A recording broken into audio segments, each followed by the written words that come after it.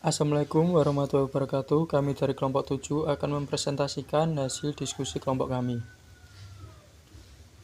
Berikut merupakan video tentang sistem konsinyasi yang saya ambil dari channel Rina Handayani.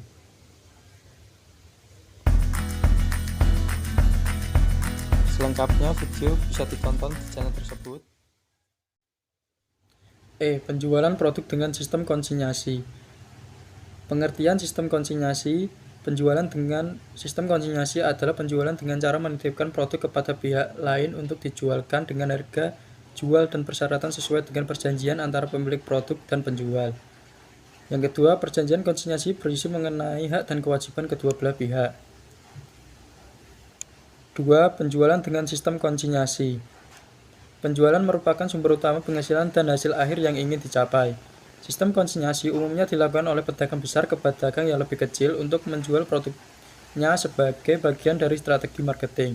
Informasi yang harus ada dalam perjanjian konsinyasi: yang pertama, nama pihak pemilik barang konsinyor; yang kedua, nama pihak yang dititipi barang konsinyi; yang ketiga, nama dan keterangan teknis barang yang dititipkan; yang keempat, ketentuan penjualan; dan yang terakhir, ketentuan komisi atau yang disebut keuntungan yang akan diperoleh toko. Kegiatan penjualan tidak terbatas pada tempat tertentu atau melibatkan banyak orang atau yang disebut penjualan secara langsung, tetapi dapat melakukannya dengan sistem online termasuk juga promosi dan penerapannya. Ciri atau karakteristik sistem konsinyasi. 1. Barang konsinyasi harus dilaporkan sebagai persediaan oleh pengamanat konsinyor. 2. Pengiriman barang konsinyasi tak mengakibatkan timbulnya pendapatan bagi pengamanat maupun komisioner konsinyi sampai barang terjual kepada pihak ketiga. 3. Pengamanat bertanggung jawab penuh terhadap biaya mulai dari pengiriman sampai barang terjual. 4. Komisioner berkewajiban menjaga keamanan dan keselamatan barang titipan tersebut. Keuntungan sistem konsinyasi. 1. Keuntungan sistem konsinyasi bagi pihak pemilik barang konsinyor. 1. Menghemat biaya pelayanan dan penambahan tenaga kerja SDM. 2. Bisa lebih fokus meningkatkan kualitas produk. 3. Memperluas pasar dan menghemat biaya promosi. 4. Bisa mempelajari dan mengadaptasi strategi penjualan orang lain. 2. Keuntungan sistem konsinyasi bagi pihak pemilik toko konsinyi. 1. Resiko kerugian relatif kecil, karena jika tidak laku, produk bisa dikembalikan ke pemilik produk.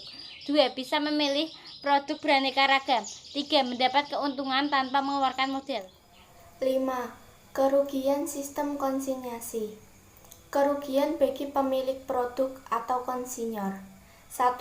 Resiko kerugian atau modal produk dan biaya produksi yang cukup besar.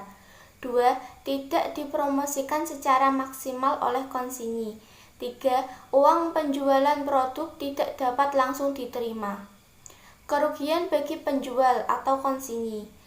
Biasanya dalam perjanjian kesepakatan, kehilangan barang merupakan tanggung jawab pihak pemilik toko dan akan ditagihkan sebagai barang yang laku terjual oleh pemilik barang atau konsinyor.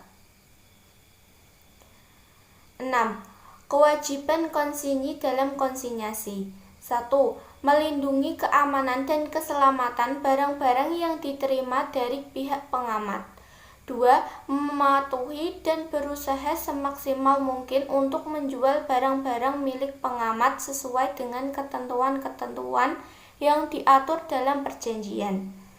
3. Mengelola secara terpisah, baik dari segi fisik maupun administratif, terhadap barang-barang milik pengamat, sehingga identitas barang-barang tersebut tetap dapat diketahui setiap saat. 4. Membuat laporan secara periodik tentang barang yang diterima, barang-barang yang berhasil dijual, dan barang-barang yang masih dalam persediaan, serta mengadakan penyelesaian keuangan seperti dinyatakan dalam perjanjian. 7. Hak konsinyi dalam konsinyasi. 1. Untuk mendapatkan komisi dan meminta penggantian atas beban-beban yang telah dikeluarkannya sehubungan dengan penerimaan dan penjualan barang-barang konsinyasi. Kedua, untuk dapat memberikan jaminan kepada pelanggannya atas barang-barang komisi yang terjual, dan pengamat wajib untuk menanggung beban jika ada kerusakan atau mutu yang kurang baik dari barang-barang konsinyasi yang telah diberikan jaminan oleh komisioner kepada pelanggannya. 3. Untuk bisa menjamin pemasaran barang-barang konsinyasi, komisioner berhak memberikan syarat-syarat pembayaran kepada pelanggan, seperti yang berlaku pada umumnya untuk barang-barang yang sejenis, meskipun pengamat dapat mengadakan pembatasan-pembatasan yang harus dinyatakan dalam perjanjian. 8. Jenis konsinyasi. Jenis konsinyasi ada 4. Yang pertama, konsinyasi bidang fashion. Contohnya seperti baju, tas, dan sepatu. Yang kedua, konsinyasi makanan dan minuman. Yang ketiga, konsinyasi media cetak. Dan yang keempat, konsinyasi obat-obatan. 9. Strategi konsinyasi. A. Memperhatikan kualitas konsinyasi. Memilih konsinyi bisa dilakukan dengan semacam proses seleksi agar nantinya bisa didapatkan konsinyi yang terbaik, maka seluruh produk yang dijual bisa semakin laris di pasaran. B. Meningkatkan kualitas produk. Barang yang tidak laku di pasaran bisa jadi dikarenakan kualitas produk yang tidak begitu bagus, sehingga minat beli konsumen terhadap produk menjadi semakin berkurang atau menurun. Maka dari itu, kualitas produk harus diutamakan dan diperhatikan, sebab kualitas produk turut menjadi faktor alasan bagi konsumen untuk memilih produk tersebut. C. Memahami kebutuhan pasar. Penciptaan produk bisa dilakukan dengan membuat barang yang dibutuhkan dan diinginkan oleh para konsumen, sehingga produk nantinya akan semakin laris di pasaran. 10. Permasalahan konsinyasi. 1. Produk tidak laku. Salah satu permasalahan yang sering muncul bagi seorang penjual adalah barang yang dijual tidak laku di pasaran, sehingga bisa mengalami kerugian. Oleh karena itu, produk sebaiknya dibuat dengan didasarkan pada kebutuhan dan keinginan konsumen, agar produk semakin laku, karena bisa menciptakan solusi bagi konsumen yang menggunakannya. 2. Penerimaan pembayaran lambat. Penerimaan pembayaran umumnya hanya bisa dilakukan di periode tertentu. Periode pembayaran ini juga biasanya dilakukan oleh konsinyi sesuai dengan waktu yang memang tepat baginya, yaitu jika produknya sudah habis atau sudah mendekati masa expired. 11. Mengatasi permasalahan dalam konsinyasi. A. Kreatif dan inovatif.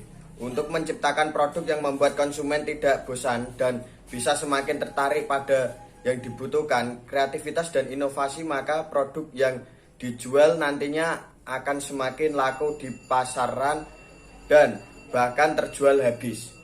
B. Memilih konsinyi yang tepat. Produk yang dijual bisa menjadi tidak laku karena salah konsinyi atau pihak pedagang kecil yang tidak tepat. Untuk mengatasi hal ini, konsinyor bisa memilih konsinyi dalam lebih selektif sehingga bisa menemukan konsinyi yang memang bisa memasarkan produk secara efektif dan kontinu. C. Melakukan kesepakatan di awal. Kesepakatan perlu dibentuk oleh pihak konsinyor dan konsinyi. Yang dilakukan di awal tidak menimbulkan konflik di kemudian hari. Beberapa hal yang perlu disepakati di awal seperti metode pembayaran dan metode pengambilan stok dari konsinyi pada konsinyor. 12. Melakukan sistem konsinyasi. A. Alasan konsioner menerima perjanjian konsinyasi antara lain: 1. Komisioner terhindar dari resiko kegagalan memasarkan barang tersebut. 2. Komisioner terhindar dari resiko rusaknya barang atau adanya fluktuasi harga. 3. Kebutuhan akan modal dapat dikurangi. B. Alasan-alasan konsinyor untuk mengadakan perjanjian konsinyasi. 1. Konsinyasi merupakan cara untuk lebih memperluas pemasaran. 2. Resiko-resiko tertentu dapat terhindar. Misalnya, komisioner bangkrut, maka barang konsinyi tidak ikut disita. 3. Harga eceran.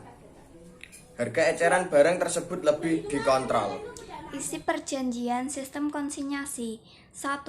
Adanya frekuensi laporan dan pembayaran kepada pengamanat. 2. Terdapat syarat-syarat penjualan kepada langganan. 3. Kapan komisi harus diberikan. 4. Tanggung jawab atas penagihan piutang dan kerugian piutang. 5. Bagaimana komisi untuk komisioner harus dihitung. 6. Jumlah dan macam barang yang sudah dibayar oleh pihak komisioner akan diganti oleh pengamanat. 14. Pembagian keuangan.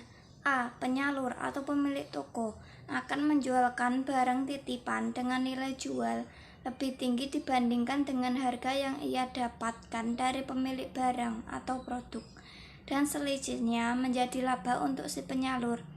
B. Pemilik barang sudah menentukan harga jualnya, dan orang yang sebagai penyalur atau pemilik toko mendapat dari persentase barang yang telah terjual, misalkan 10% sampai 20%. 15. Hal yang harus diperhatikan dalam konsinyasi. A. Lokasi harus strategis. B. Target market yang sesuai. C. Sistem pencatatan harus rapi. D. Selektif memilih konsinyi. E. Melakukan evaluasi dengan cara pengecekan rutin pada produk. F. Memberikan apresiasi pada konsinyi atas keberhasilannya. 1. Penjualan dengan cara menitipkan produk kepada pihak lain untuk dijualkan dengan harga jual dan persyaratan sesuai dengan perjanjian antara pemilik produk dan penjual dinamakan penjualan. A. Sistem trade selling. B. Sistem konsinyasi. C. Sistem multi-level marketing. D. Sistem missionary selling. E. Sistem party plan. Nomor 2. Informasi yang harus ada dalam perjanjian konsinyasi adalah sebagai berikut, kecuali A. Ketentuan penjualan. B. Nama pihak yang dititipi barang. C. Strategi pemasaran oleh pihak konsinyi. D. Nama dan ketentuan teknik barang yang dititipkan. E. Ketentuan keuntungan yang akan diperoleh toko. 3. Di bawah ini yang bukan merupakan ciri atau karakteristik sistem konsinyasi yaitu: A. Barang konsinyasi harus dilaporkan sebagai persediaan oleh pengamat konsinyur. B. Pengiriman barang konsinyasi tak mengakibatkan timbulnya pendapatan bagi pengamatan maupun komisioner atau konsinyi sampai barang terjual kepada pihak ketiga. C. Pengamanat bertanggung jawab penuh terhadap biaya mulai dari pengiriman sampai barang terjual. D. Komisioner berkewajiban menjaga keamanan dan keselamatan barang titipan tersebut. E. Konsinyi bertanggung jawab atas barang yang tidak terjual habis dengan batas waktu yang ditentukan. 4. Pihak yang memiliki barang yang dititipkan kepada pihak lain untuk dijual disebut A. Konsinyor. B. Konsinyi. C. Konsinyasi. D. Komisioner. E. Produsen. 5. Di bawah ini yang tidak termasuk keuntungan sistem konsinyasi bagi konsinyor adalah: A. Menghemat biaya pelayanan dan penambahan tenaga kerja atau SDM. B. Bisa lebih fokus meningkatkan kualitas produk. C. Memperluas pasar dan menghemat biaya promosi. D. Resiko kerugian biaya produksi yang relatif kecil. E. Bisa mempelajari dan mengadaptasi strategi penjualan orang lain. Soal nomor 6. Di bawah ini yang merupakan hak konsinyi dalam sistem konsinyasi adalah: A. Melindungi keamanan dan keselamatan barang-barang yang diterima dari pihak pengamanat. B. Mematuhi dan berusaha semaksimal mungkin untuk menjual barang-barang milik pengamanat sesuai dengan ketentuan-ketentuan yang diatur dalam perjanjian. C. Mengelola secara terpisah, baik dari segi fisik maupun administratif, terhadap barang-barang milik pengamanat, sehingga identitas barang-barang tersebut tetap dapat diketahui setiap saat. D. Untuk mendapatkan komisi dan meminta penggantian atas beban-beban yang telah dikeluarkannya sehubungan dengan penerimaan dan penjualan barang-barang konsinyasi. E. Membuat laporan secara periodik tentang barang yang diterima, barang-barang yang berhasil dijual, dan barang-barang yang masih dalam persediaan, serta mengadakan penyelesaian keuangan seperti dinyatakan dalam perjanjian. 7. Berikut ini yang bukan merupakan isi perjanjian sistem konsinyasi adalah: A. Adanya frekuensi laporan dan pembayaran kepada pengamat. B. Terdapat syarat-syarat penjualan kepada langganan. C. Strategi penjualan harus sesuai arahan dari konsinyor. D. Tanggung jawab atas penagihan piutang dan kerugian piutang. E. Jumlah dan macam barang yang sudah dibayar oleh pihak komisioner dan akan diganti oleh pengamat.